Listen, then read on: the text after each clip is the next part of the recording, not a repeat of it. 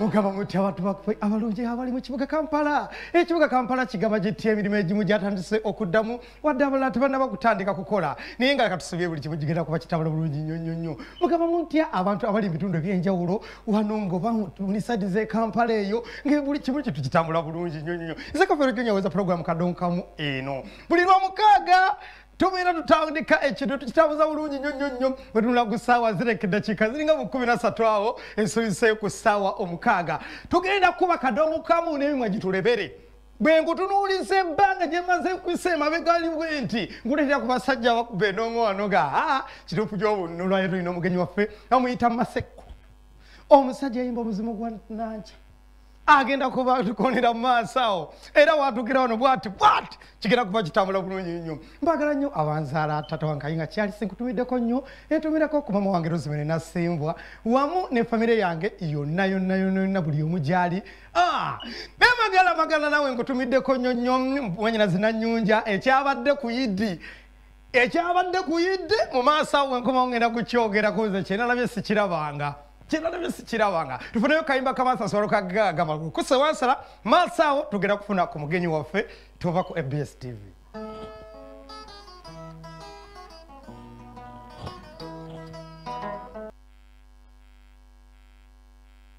Pamalata nachiruka na dawe yali kati ebigambo byakozesa labujasaba umulangu minsinga nachatonsika kakati no chamanje kijja kikore nokuganza yanganira onawera mugwalisanga munchuwa nokolo lwalifa ate luno lwakomawo binyirina batakamulinda fenome munjule muzimu tumuze yakuluguma base yamulinda fenome munjule omuzimu tumuze yakuluguma base kurobo chanyimba tenda byenkuwa wepuka balonderera sinzi wundala oli muzimu nawe mulandeke ingeri je wafa mukono gwayo naleka yabireka fana nyikoka kanandeka ningusabiza chichali sabula oli muzimu naje mulandeke ingeri je wafa mukono gwayo naleka ngulabireka fana nyikoka kanandeka ningusabiza chichali wali otuse Abakadongokamu baduka ne bagamba tufudde. Omanyi buli aleeta yiti Abakadongokamu tufudde omwana ze.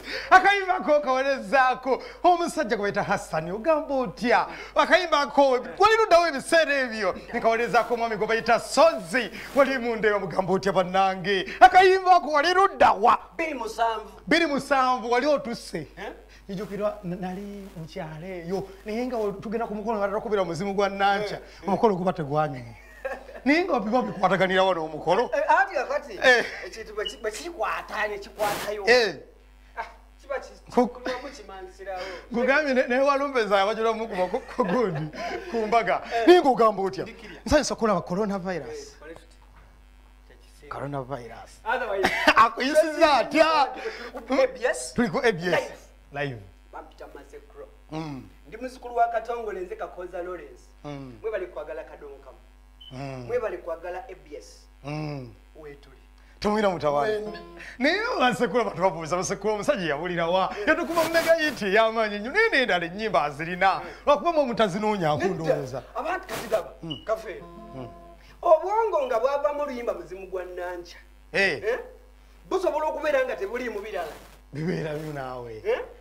Bibeera mu. Nabikulako katono nnyo.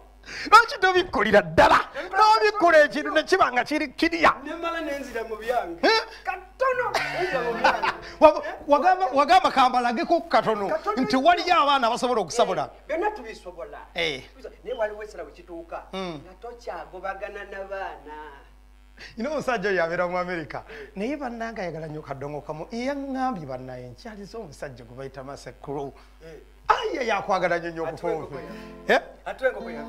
Kafeero simanyi kye wankola. Abantu nga bannoonya. Abantu bakunoonya naye nange nkuyigga gy'oli. Lwaki ggwe?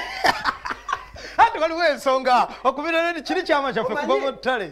Menta wange bamuyita omugenzi principal ye menta wange mu music. So ndowooza bakijja bwe kitya enkima eyo ejja ennunduula. Ejja kulondoola. Weetereze. Saka ulireko ku ggwanga Maseko.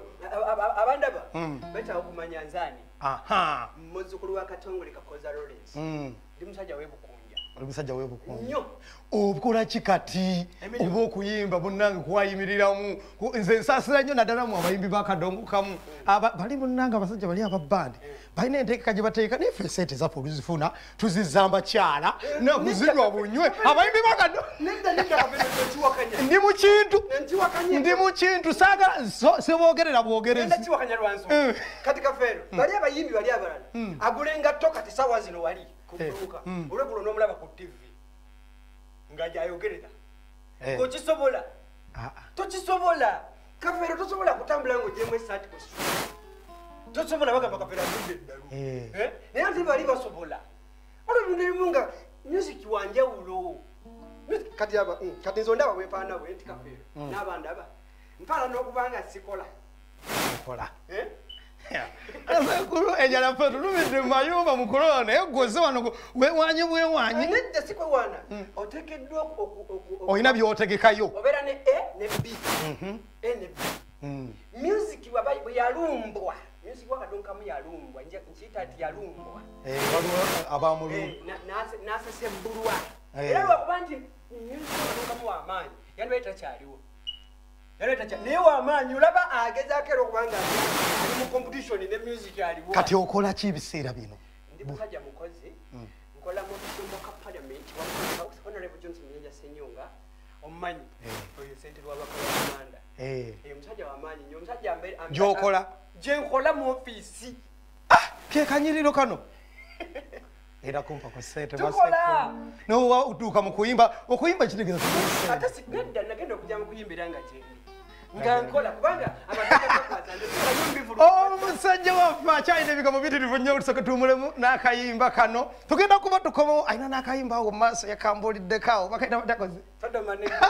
nako tujja kuba tukalaba tova ku mpeweza ABS TV ekumuza ebirowoozo nze Kafeero Junior aweza program KadongoKamu eno olwaleero tuli n'omuzimu gwa Nakya gwakomawo gukulumba kuzunzazunza tugende tambulira omoki maza kuli oyo omwana yakubya akayimba oyo bamwita sagala omwana mutonototo naye yakubayolimbanga bbiri zokka kalekakakubiri naye bambi ayimba bulungi kale tumuli yongeremu amaanyi muzisa tuwulidde nti otandika otyo saddaake ofune obugagga okulaba omwana muto obwato nabanga asobola okujjayo n'abuulirira eggwanga kale tumuli basekulu akuwadde tiki ensengeka y'ebigambo gyatambulira mu ndongo manye buki omuntu ono golaba omulaba bwoti si mwangu wakukola naye bagamba abayimbi abakulakula nedda omwana omuto bw'avaayo ng'ayimba bulungi mwowuliramu ku nnugu naye tegwe mpulidde okasusa ekigambo ekyemanyi ng'omuzaamu kati emitendera kati eyo ensi yaggwawo kubanga kati si yetulimu buli kintu kiraga nti byansi akayimba kakalungi bwe kati nkaweereza abantu b'omukivu mugamba mutya nno mujebale Saalongo omulema nkutumiddeko nnyo ne Naalongo awo afumba emmere naawe nkutumiddeko nnyo ntumirako ne ku mukyala mu Ndeeba ku TV Center Naalongo naawe asiika emmamba oli emmamba nzise badde nkutwala ku mamba wali ku TV Center badde nkutwalirawo ku ssaawa eno omukyala yasinga osiika emmamba oli mama wange kafe oyo mukiro gwa mama wange tundewo kuguyikiza damu ekigambo ekyoyogedde oyo mama wange omujanga nedda damu ekigambo oli mama wange eno ye KadongoKamu egenda ddala mu maaso basekulu ebyo tubiveeko sooka obuulire ku ggwanga nti nze we nayingira mu kisawo ky'okuyiga okusomoozebwako tubasanga omwana kati avaayo ajje ng'amanyi tegemuntu agendako ebifa abaana bano batandika music abajja mu industry ya music balina okusooka okujja nga naye abasajja balowooza nti bagenda kuba akayimba kamolo ng'amaze okusookera ddala okukola erinnya waliwo kyekiramu kya omukisa era tulabanga muntu alina erinnya lye n'omunyoma ali eyo okukola erinnya osooka n'obeera n'omukisa oba osobola okuba ne ssente osobola okuba ne ssente nga omukisa be bangi ekyokuba oteekeddwa okubeera ne mu Luganda kyeki obumanyirivu menta kyeki b'olabirako yake mabegawo kati nga government nze ku Paulo Kafeero buli kimu kyenkola ntambulira mu ye kito kikuwa muli nti omuwakizi wa Kafeero ajja kukwata nobo jidde mweyembeera kituufu tobola abantu naye kati guno munembeka abayimba ennaku zino ajja nga azze kusangulawo menta munnayi najja nga azze kusangula ali yakolerera Kafeero akolerera Kafeero gwe buzibu buli mu music industry kati ngaga oyo Kafeero Junior wavaawo kanzije mukuberaga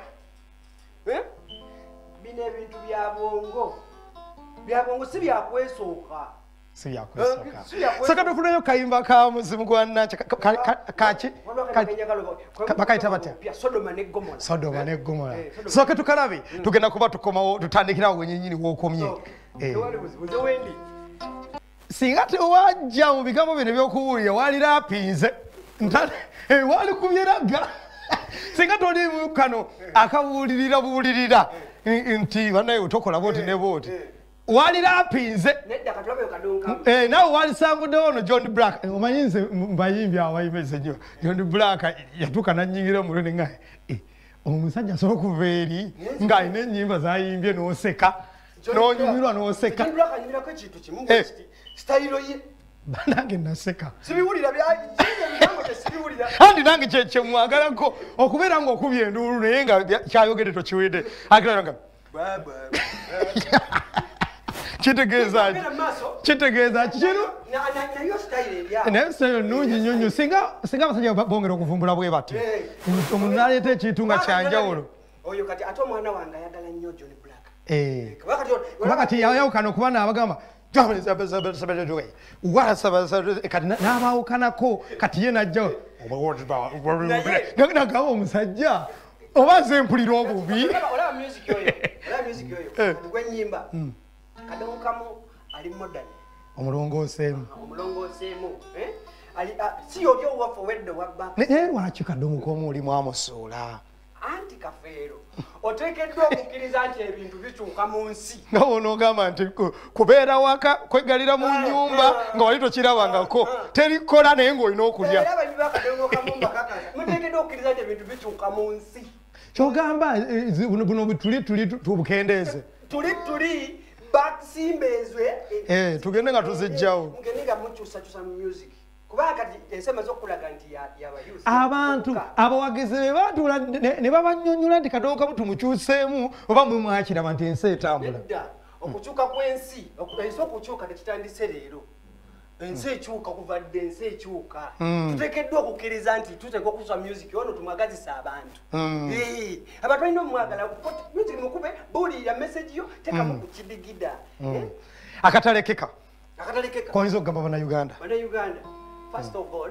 oba okusooka kwa byonna banaye mwongere eddala okwetuuka tuli mu kiseera kyali kibi ekya lockdown covid akyaliyo endongo enaddamu okubwa tujja gikuba olaba birabona bizzeemu abantu abalala beggula olaba ababodaboda bagenda bagula nga bo beggudde kati nayiseeko naye kibuyi wali mu katale babagaana okukola mbutani naye abantu bakola tatimba kipande abantu ngenda kujjaawo naye gyogera okulanga n'abacaaki nabo beggudde naye omanyi nti abayimbi twagondedde amateeka sinnawulira yagamba mbu tugenda kubeera ku big bba tumirako ku bantu baffe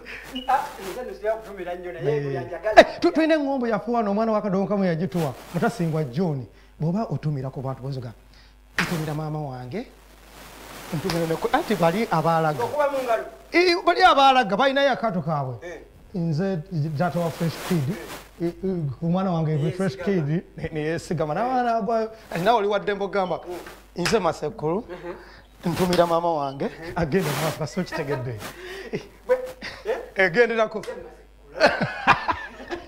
ntumira mukama wange mukono south mumulabire ddala mukono south ntumira kyali wange jemba plo wali ekanyanya Alex Bani naye mutu Alex manajawo akwagala namba tumire nyanjagala beti kati yokona kale nange kantumire tumiddeko eba smart magala namunde bankutumiddeko nentumirako manyina nze nanyunje nawe nkutumiddeko ekyabadde ku Idi nasanyuse nentumirako tebiri mu toni nze manyi nno nze manyi okwongezaako ebigambo osigalirayo entumirako nesengawo wange ko ne baba nassali naawe ngutumiddeko wali ekyaggwe entumirako nesenga wange abeera wali ajatina kafeero ngutumiddeko nyonyonyo soka nonsirikirizamu enyenga nentumirako n'abanjagala mbeere ku mulimu gwange guno nga tebangoba nga gwogabanza oyo omwana mwagaliza abeerewo tebamugobaawo kuba akalimu kange nkaagala entumirako abatanjagaliza abagala singa oyo avaawo nja kubeeraawo nze njagala okuddawo nze mpampalawo emutumirako ne mugamba mukama wange nange nkwagaliza ekyo nange saagala oggirewo ddala wano nange nkyayagalawo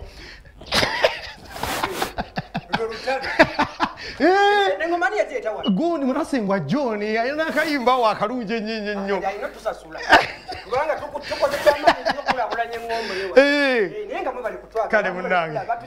kale munnange tusiibudde gwe tutatumidde nawe tukwagala nnyo nga tetukutumidde manya tukutumidde